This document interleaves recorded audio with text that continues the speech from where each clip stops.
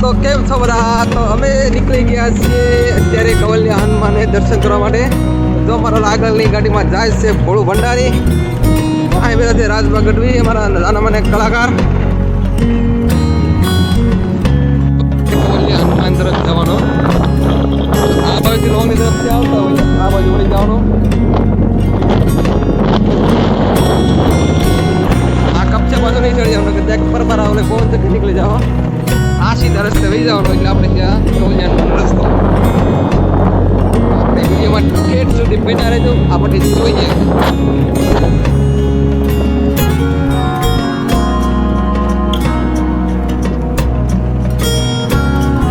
બધા પવન ચક્કા વાળા જો ક્યાંય રહેવાનું દીધા, બધે થાંભલા થાંભલા કરી નાખ્યા છે.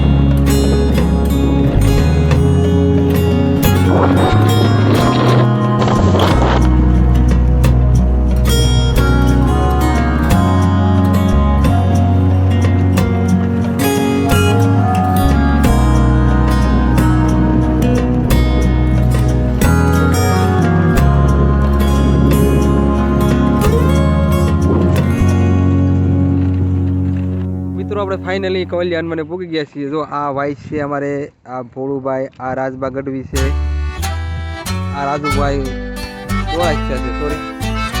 તમે આ જોઈ શકો છો, અહીંયા આપણે હરિદ્વાર વાવેલા છે. અહીંયા